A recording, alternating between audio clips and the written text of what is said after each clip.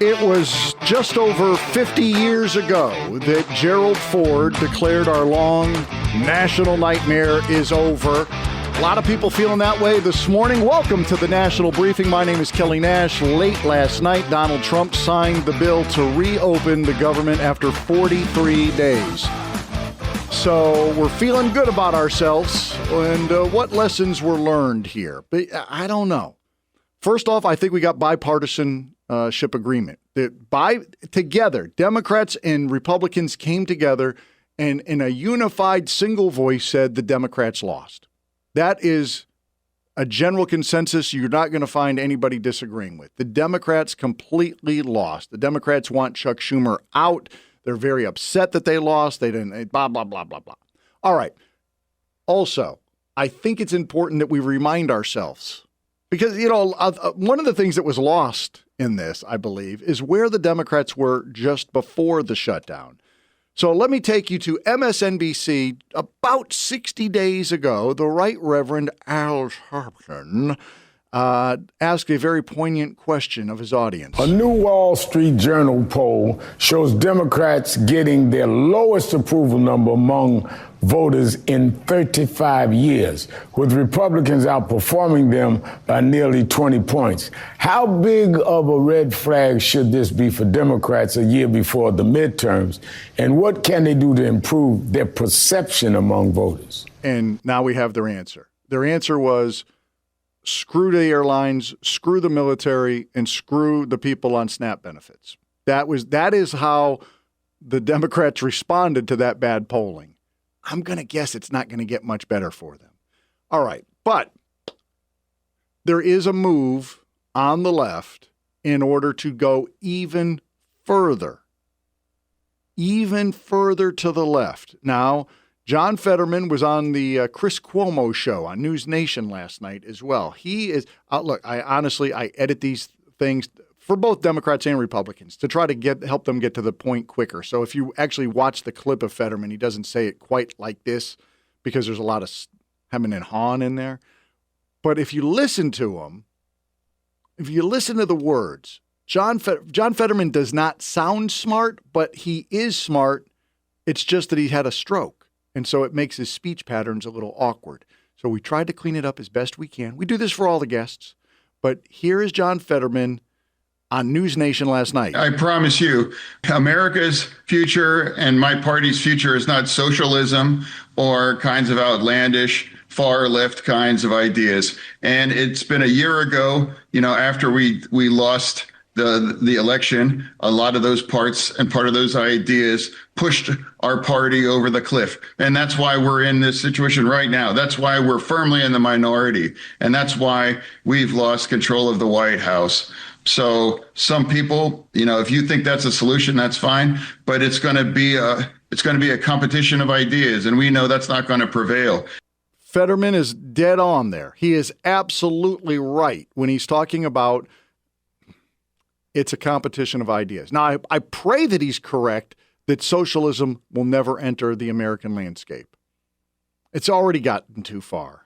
By the way, 6 House Democrats voted last night. Only Jared Golden of Maine is the only one who's been there the whole time. Jared Golden of Maine. Now, when you look at the people who voted for this last night, the Democrats, Golden won by 0.6% in Maine. Somebody named Marie Glusenkamp of Washington, she won by 3 points. I do know this guy here, Henry Culler of Texas. I've met that guy, nice guy, seems like a very moderate type of individual. He's probably the most popular or safest seat that did this. He won by 5 to 6 points the year previous. Adam Gray of California, congratulations on coming over. He won his way into Congress by 187 votes. This guy is dancing on a pinhead. Don Davis of North Carolina, he barely got in by 1.7 points, and they've redistricted in North Carolina. So it's more favorable to Republicans. He's fighting right now to save his gig. Tom Suzy of New York, he got in by 3 points, and those are the crew. That 6 came over last night. Those people, all of them except for the first one that I mentioned, didn't get it till just now, right? They were against opening the government. Jared Golden of Maine has been consistent, as has John Fetterman. But the messaging from the Republican Party, when he talks about it's a battle of ideas, the messaging from the Republican Party has sucked for years, pretty much my entire life. They have the winning ideas. They just don't know how to communicate that. You can go all the way back to Abe Lincoln. Who freed the slaves? Republicans. Who obstructed the Civil Rights Act? Democrats. It just goes on and on and on of capitalism is the way to get people out of poverty.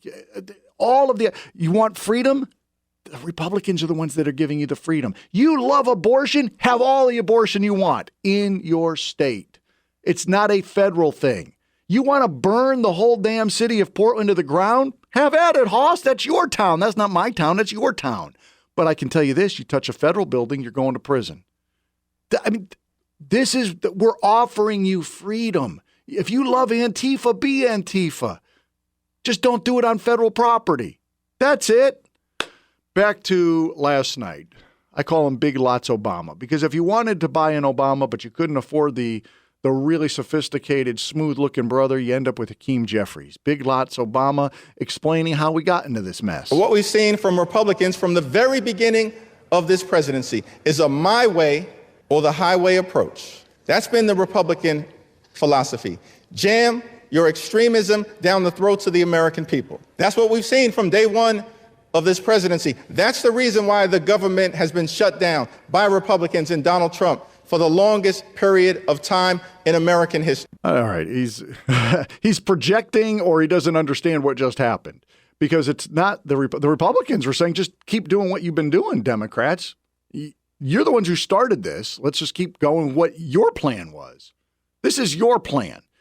The Affordable Care Act, the rate increases, that's your plan. You put that together in 2022. We didn't do that. We didn't vote for that. You voted for that. You're the one who said triple the prices, not us. That was you. And by the way, we're not even negotiating on that right now. What we're talking about is the actual keeping of the government open. It was your extremism that got us into this position. All right, let's get back to the genius Hakeem Jeffries, who will explain to us how this fight can find it, because nobody wants this thing to keep going. January 30th, the government is going to shut down again. It's going to shut down again. Now, by the way, the Democrats have pretty much projected that to you already by signing a 3-bill minibus of full funding for the Department of Agriculture, the FDA, the Department of Veterans Affairs, and military construction projects. So we're not going to worry about the military, and we're not going to worry about the SNAP benefits. You're not going to be able to hang that around our necks. But we will shut down the airlines, and we'll do all these other things in January 30th.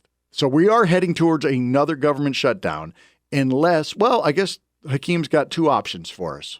Only two ways, Mr. Speaker, that this fight will end. Either Republicans finally decide to extend the Affordable Care Act tax credits this year, or the American people will throw Republicans out of their jobs next year and end the speakership of Donald J. Trump once and for all. I felt bad for him because he was trying to get an applause line there. He was building up to it, and there was, a smattering of applause. Nobody really believes him. But, and does Hakeem, the guy who's like the leader of the House Democrats, does he not know that Donald Trump is not the speaker, that he's actually the president? Maybe not. But Hakeem, you're forgetting a third option. You got those two options. And then there's the third option, which is that Republicans blow up Obamacare.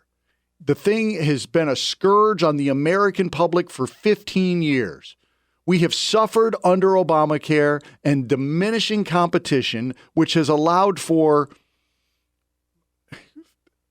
the healthcare costs have exploded the past 15 years for everybody, whether you're in Obamacare or the Affordable Care Act, if you're in the ACA or not in the ACA. Everybody's healthcare has quadrupled. Everybody's healthcare has gotten worse because there's less and less competition.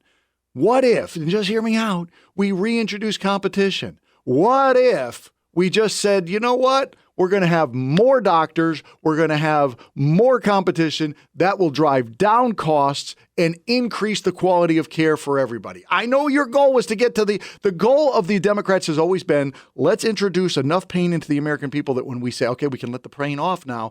If you don't want to have to pay, how about this? You never have to pay for another medical bill again. We'll just give you socialized medicine.